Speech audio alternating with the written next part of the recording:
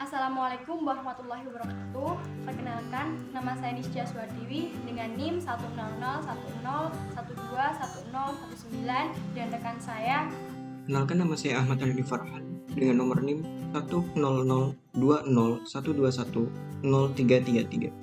Tujuan video yang kami buat adalah informatif, maka dari itu dengan tema peran partai politik di negara demokrasi, kami membawakan 3 poin penting yang akan kita bahas, yaitu yang pertama, definisi partai politik, yang kedua, definisi negara demokrasi, dan yang ketiga, peran partai politik di negara demokrasi.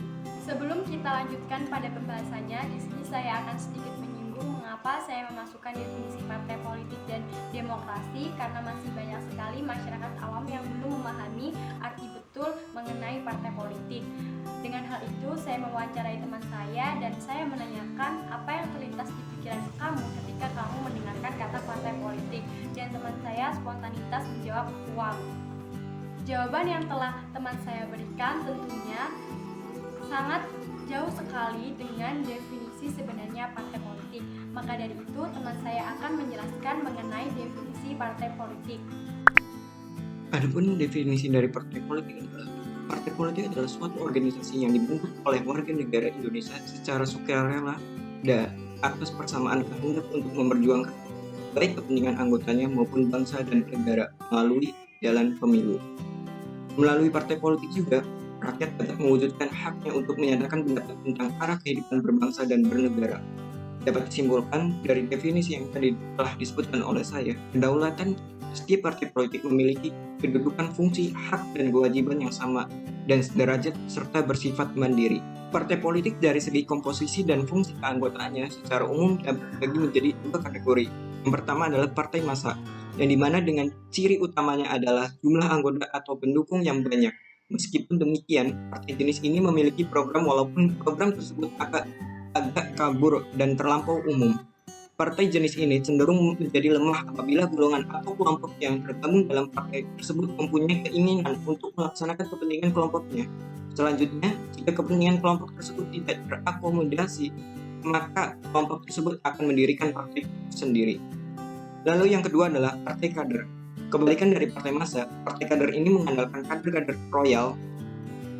Pendukung partai ini tidak sebanyak partai massa, karena memang tidak mementingkan jumlah. Partai kader akan lebih mementingkan sikap disiplin dan ketaatan anggotanya dalam berorganisasi.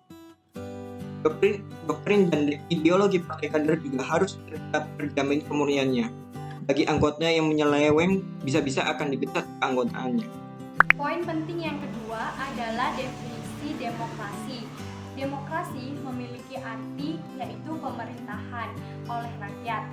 Jika didefinisikan, demokrasi adalah bentuk pemerintahan di mana semua warga negaranya memiliki hak yang sama untuk pengambilan keputusan yang dapat merubah kehidupan mereka. Adapun beberapa fungsi partai politik adalah yang pertama sebagai sarana komunikasi politik atau arus informasi dalam suatu negara bersifat 2 arah, yaitu berjalan dari atas ke bawah atau dari bawah ke atas, dengan kedudukan partai politik dalam arus ini sebagai jembatan antara mereka yang memerintah dengan mereka yang diperintah.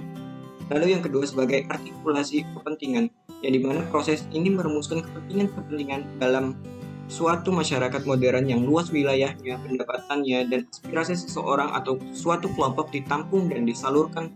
Pendapat dan sikap yang bermacam-macam itu perlu diolah dan dirumuskan.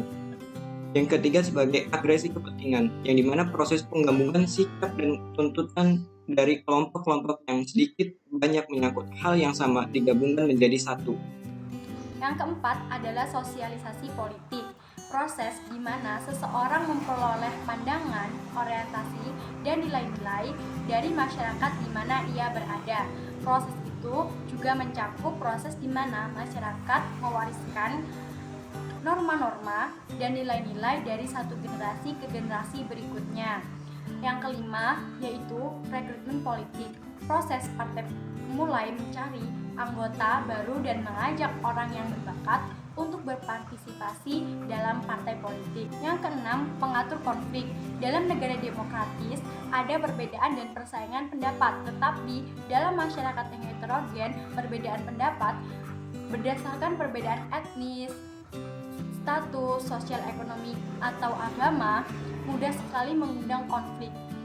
Pertikaian semacam ini dapat diatasi dengan bantuan partai politik. Sekurang-kurangnya dapat diatur sedemikian rupa sehingga akibat negatifnya seminimal mungkin. Namun, pihak lain dilihat seringkali partai politik malahan mempertajam pertentangan yang ada. Dengan hal itu, partai politik memiliki peran sebagai sarana komunikasi politik, di mana partai politik ini berkedudukan sebagai jembatan antara pemerintah dan masyarakat. Saya akan memberikan contoh.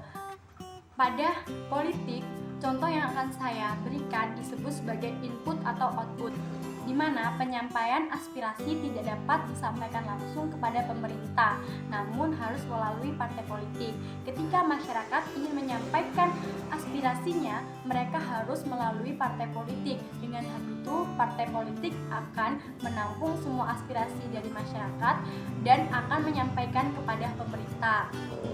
Ketika aspirasi itu telah sampai pada pemerintah, maka pemerintah akan membuatkan aspirasi tersebut menjadi kebijakan umum, dan ketika kebijakan tersebut telah disetujui oleh lembaga-lembaga yang bersangkutan, maka aspirasi itu akan menjadi sebuah kebijakan publik yang harus dipatuhi oleh masyarakat.